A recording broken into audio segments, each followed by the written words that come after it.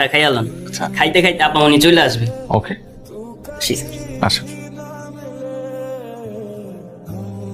আকবর, জি আপা। চার সাথে বিস্কিট দাও না কেন?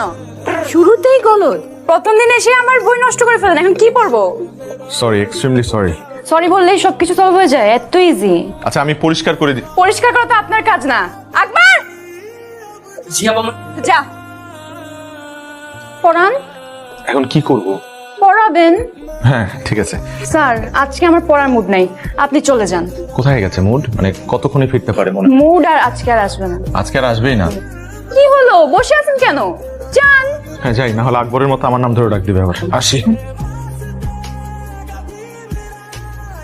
আচ্ছা, তোর নতুন স্টুডেন্টের খবর কি? ভালো না, মনে হয় না স্টুডেন্টের বেশি দিন পড়াইতে পারবো। কেন? 2 দিন হয়ে গেছে, এখনো বই খুলতে পারি নাই। এটা পড়তেই চায় না, পিচ্ছি কিন্তু ধান না মরিচের মতো। কথার কি জাজ ওরে বাবা। আপনি 6 মিনিট 37 সেকেন্ডস লেট। 6 মিনিট কত সেকেন্ড? 6 minute 37 seconds. ঘড়িটার ব্যাটারি নষ্ট হয়ে গেছে তো তাই। ঘড়ির সাথে লেট হওয়ার কানেকশন কি? না না, ঘড়ির সাথে লেট হওয়ার কোনো কানেকশন নেই, বাসের সাথে আছে। আমি বাসে করে আসি তো ট্রাফিক জ্যাম ছিল। বাসে? আপনার গাড়ি নেই? আমার গাড়ি থাকলে তোমাকে টিউশনি করাতাম না। তাই তো। এই মামা, মামাকে ডাকছো কেন? চলেন। কোথায় যাব? আগে চলেন, তারপর বুঝবেন। চলেন। কোথায় বসবো? এখানে। এখানে কেন বসবো? আমার এখানেই পড়তে ইচ্ছা করছে আজকে, এখানে। এইখানে পড়বে তুমি? মাই গড। এখন স্যার হিসেবে আপনার দায়িত্ব আমাকে পড়ানোর। কিন্তু তুমি যা শুরু করছো এভাবে তো আমি তোমাকে পড়াইতে পারবো না। আমি চিটাগং ইউনিভার্সিটি পড়তে চাই, ঢাকা ইউনিভার্সিটিতে না। হুট করে তুমি ঢাকা থেকে চিটাগং ইউনিভার্সিটি কেন শিফট করতে যাচ্ছ? স্যার, আমার বয়ফ্রেন্ড চিটাগং ইউনিভার্সিটিতে পড়ে, বুঝতেই তো পারছি। কার বয়ফ্রেন্ড? আমার। হোয়াট? পিচ্ছি মেয়ের বলে বয়ফ্রেন্ড আছে? পিচ্ছি? আমি পিচ্ছি না। না তুমি পিচ্ছি না, তোমার বয়ফ্রেন্ড পিচ্ছি। শোনো, তোমার এখন পড়াশোনা করার বয়স, প্রেম করার বয়স না। স্যার, জেনজিরা পড়াশোনা আর প্রেম দুইটা একসাথেই মেনটেন করতে পারে। আর আপনি আজকে থেকে আমাকে চিটাগং ইউনিভার্সিটির অ্যাডমিশনের জন্য পড়াবেন, ঢাকা ইউনিভার্সিটির জন্য না। আমি তোমাকে চিটাগং ইউনিভার্সিটির জন্য পড়াতে পারবো না। আপনি না পারলেও আপনার পড়াতেই হবে। আমি বাধ্য না। আপনি বেনিফিট পাবেন। ছি রা, আমি তোমার স্যার। স্যার, অন্য কিছু ভাববেন না, আমি আপনাকে টাকা বাড়িয়ে দিব। পিচ্ছি মেয়ে আমাকে টাকার লোভ দেখাচ্ছে।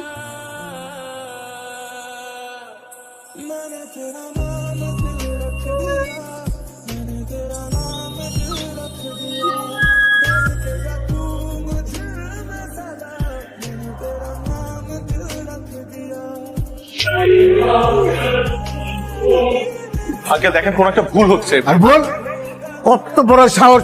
পার্কে গিয়ে আমার মেয়েকে প্রেম নিবেদন করছে, কত বড় সাহস! এই তুমি কি, তুমি এই বাড়িতে টিউশনি করো, তুমি চাকরি করো আমাদের, তার মানে তুমি এই বাড়ির চাকর? তোমার মালিকের মেয়ের দিকে তাকাইছো, তোমার তো চোখ তুলে ফেলা উচিত। এই পুলিশে ফোন করো, পুলিশে ফোন করে ওকে ধরে দাও। ও আজকে আমার মেয়ের সাথে এরকম করছে, কালকে আরেকটা বাড়িতে গিয়ে করবে। ও যেন কোনো বাড়িতে টিউশনি করতে না পারে তার ব্যবস্থা করো। তুমি তো একদম ছোট লোকের বাচ্চা কোথাকার। প্লিজ আন্টি, আপনি আমার মা বাবাকে নিয়ে কিছু বলবেন না। খুব লাগতেছে না? এই, এই, তোমার কি ধান্দা ছিল যে এই ফ্যামিলিতে ঢুকে নিজের স্ট্যাটাসটাকে একটু আপ করবা? ছি, ছি। ছি ছি, যাও বেরো, যাও গেট ক্লাস। আবার বসে আছে ছোট লোক কোথাকার। স্যার, জেনজিরা পড়াশোনা আর প্রেম দুইটা একসাথেই মেনটেন করতে পারে।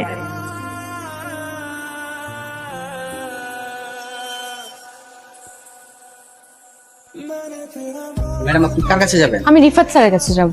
ম্যাডাম, তার পারমিশন ছাড়া তো আমি আপনাকে যেতে দিতে পারি না। আমি বেশি সময় নিব না। কি হয়েছে এখানে? রিফাত কি হয় আপনার? বয়ফ্রেন্ড? হাজবেন্ড? জি জি, হাজবেন্ড। তো রিফাতের ওয়াইফ, আপনি নিচে দাঁড়িয়ে আছেন কেন? আপনি উপরে যাবেন, আসেন। না না, আজকে না হয় না, আজ আপনি যদি ওকে একটু কষ্ট করে নিচে পাঠাতেন আমার জন্য খুবই ভালো হতো। ও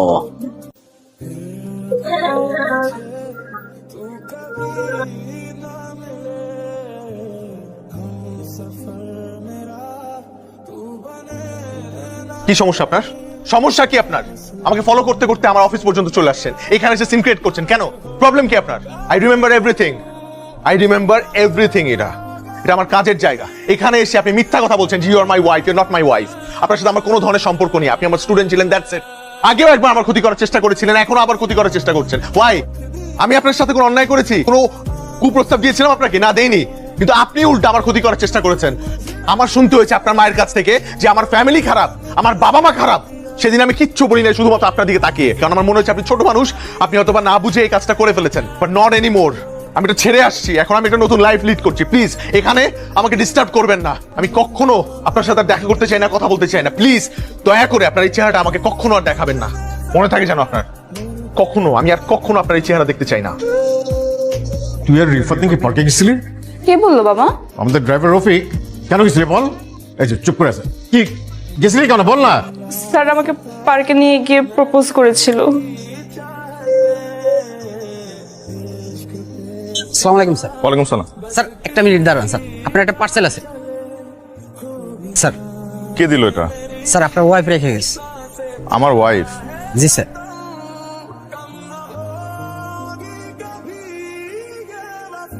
আপনি 6 মিনিট 37 সেকেন্ডস লেট। 6 মিনিট কত সেকেন্ড? 6 minute 37 seconds. আপনার তো 5টা আসার কথা। ঘড়িটার ব্যাটারি নষ্ট হয়ে গেছে তো তাই। স্যার, নিজের স্বার্থে আপনাকে মিথ্যা অপবাদ দেওয়ার জন্য আমি ভীষণভাবে অনুতপ্ত। বিশ্বাস করেন, এই প্ল্যানটা আমার না, পুরো প্ল্যানটা ছিল আমার বয়ফ্রেন্ডের। আরে কংগ্রাচুলেশনস, তুমি আঙ্কেলের সাথে কথা বলো, আমার মনে হয় সে রাজি হবে। বাবা এক কথার মানুষ, আমার তো ভয় করছে, দেখি কি হয়। আর শুনো, তোমার জন্মদিনের প্ল্যান কি? তুমি নাই কি আর প্ল্যান হবে? তুমি থাকলে হয়তো কোনো একটা বার্থডে প্ল্যান করতাম। আচ্ছা ঠিক আছে। তারপর আমার বয়ফ্রেন্ডকে ওর বার্থডেতে সারপ্রাইজ দিতে আমি নিজে চট্টগ্রাম রওনা দিই। সেখানে গিয়ে আমি দেখতে পাই নিয়ে যাবে তোর বাসা, আই তাহলে আইর। Happy birthday. থ্যাংক ইউ, কিন্তু তুমি এখানে? তোমার বার্থডে সারপ্রাইজ দিতে আসছি। না না, সেটা ঠিক আছে, কিন্তু নিচে একটা কফি শপ আছে, খুব ভালো। তুমি হলে 10 মিনিট বসে, আমার একটা ফ্রেন্ড আসছে, তোদের জাস্ট বিদায় দিয়ে আমি চলে আসতেছি। নিচ্ছে কি আসছে? আমি ইরা। আর তুমি? আমি শান্ত। তোমার এক্স? কি এক্স? আমি তোর প্রেজেন্ট গার্লফ্রেন্ড। তুমি প্রেজেন্ট গার্লফ্রেন্ড হলে আমি কি? প্লিজ 10 মিনিট নিচে ওয়েট করো, আমি পৌঁছি। তুমি কি বুঝাবা? ইরা, তুমি বুঝাচ্ছ? সেখান থেকে মন খারাপ করে যখন ঢাকার উদ্দেশ্যে ব্যাক করি, তারপর বাসা আসার পর অনেক দিন আমার মন খারাপ থাকে। কি রে, দুদিন ধরে দেখছি এরকম একলা একলা বসে থাকিস কেন সারাক্ষণ? নে খাবার নিয়ে আসছি, খা। না খাবো। কি হলো তোর, কেন খাবি না? আরে খা, খেয়ে নে, খেয়ে নে। খাবো না, যাও না। আশ্চর্য। মন খারাপের মাঝে একদিন ফেসবুক স্ক্রল করতে গিয়ে দেখতে পাই আপনাকে টিউশন মিডিয়া থেকে ব্যান করা হয়েছে। সেটি দেখার পর নিজেকে আরো বড় অপরাধী মনে হতে থাকে।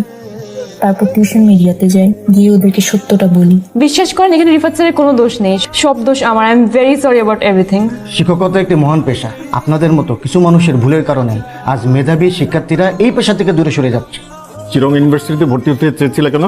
আমার অনেক ইচ্ছা ছিল চিটাগং ইউনিভার্সিটিতে পড়ার। তো আমাদের বলিসনি কেন?